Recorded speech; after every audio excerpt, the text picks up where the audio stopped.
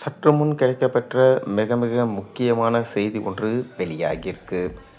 திமுகவின் கூடாரம் சுக்குநூறாக உடைந்து நொறுங்கியதா? சற்று முன் கிடைத்த செய்திகள் பரபரப்பான செய்திகள். தாவேகாவின் விஜய் கட்சியில் அதிரடியாக இணைந்தார் செங்கோட்டையன். செங்கோட்டையன் அதிமுகவில் 9 முறை அமைச்சராக இருந்துள்ளார். ஒரு மாதத்திற்கு முன்பு செங்கோட்டையனை அதிரடியாக அதிமுகவில் இருந்து துரோகம் செய்தார் என நீக்கினார் எடப்பாடி பழனிசாமி. அதைத் தொடர்ந்து ஒரு மாதம் கழித்து தற்போது தாவேகாவில் விஜயுடன் இணைந்துள்ளார் செங்கோட்டையன்.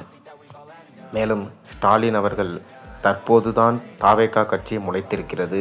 அரசியல் அனுபவம் இல்லாத இந்த கட்சி கண்டிப்பாக வெற்றி என்பதை காண முடியாது என தனது நிர்வாகிகளிடம் கூறி வந்திருக்கிறார்.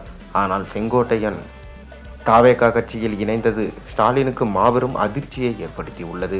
அது மட்டுமில்லாமல் விஜயை முதல்வராக்காமல் ஓய மாட்டேன் என்று தாவேகாவில் இணைந்த செங்கோட்டையன் சொந்த ஊரான கோபிச்செட்டிப்பாளையத்தில் உறுதியாக கூறினார்.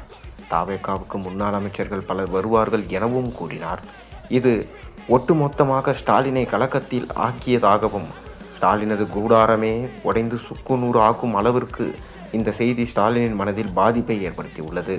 அதாவது அதிமுகவிலிருந்து வெளியேற்றப்பட்ட மூத்த அரசியல்வாதி செங்கோட்டையன் விஜயின் தாவேகாவில் இணைந்து அனைவரது ஆச்சரியத்தையும் ஏற்பட வைத்தார்.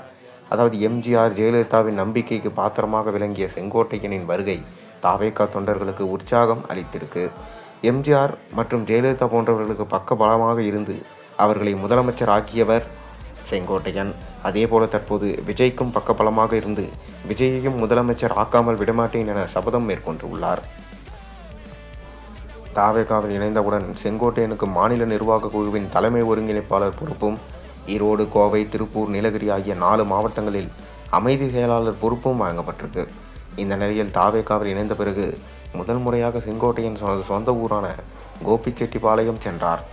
அவருக்கு தாவேகா தொண்டர்கள், நிர்வாகிகள் உற்சாக வரவேற்பு அளித்தனர். பின்பு தொண்டர்கள் மத்தியில் பேசிய செங்கோட்டையன், தமிழகத்தை ஆண்ட கட்சிகளே ஆள வேண்டுமா அல்லது புதிய தலைமுறையினை ஆள வேண்டுமா? தமிழ்நாட்டில் மக்கள் மனதில் விஜய் இடம் பிடித்து விட்டார். தமிழகத்தை நாளை ஆளப்போவது விஜய்தான். இதை எந்த சக்தியாலும் தடுக்க முடியாது. எம்ஜிஆர் ஜெயலலிதாவுக்கு நான் வழிகாட்டியாக இருந்தேன். இதே போலதான் விஜய்க்கும் வழிகாட்டியாக இருப்பேன். விஜய் முதல்வராக தீவிரமாக களப்பணியாற்றுவேன் என்று தெரிவித்தார். இது தற்போது ஸ்டாலினுக்கு பெரும் இடியாக மாறியுள்ளது. மேலும் ஸ்டாலின் பக்கம் உள்ள கூடாரம் சரிந்து சுக்குநூறாகி அதிலிருந்து பல தலைகள் தாவேகாவில் இணையவும் வாய்ப்பு இருப்பதாக சொல்லப்படுகிறது. நீங்கள் என்ன நினைக்கிறீங்க? உங்கள் கருத்துக்களை மறக்காமல் கீழே கமெண்ட் வாயிலாக பதிவிடுங்க.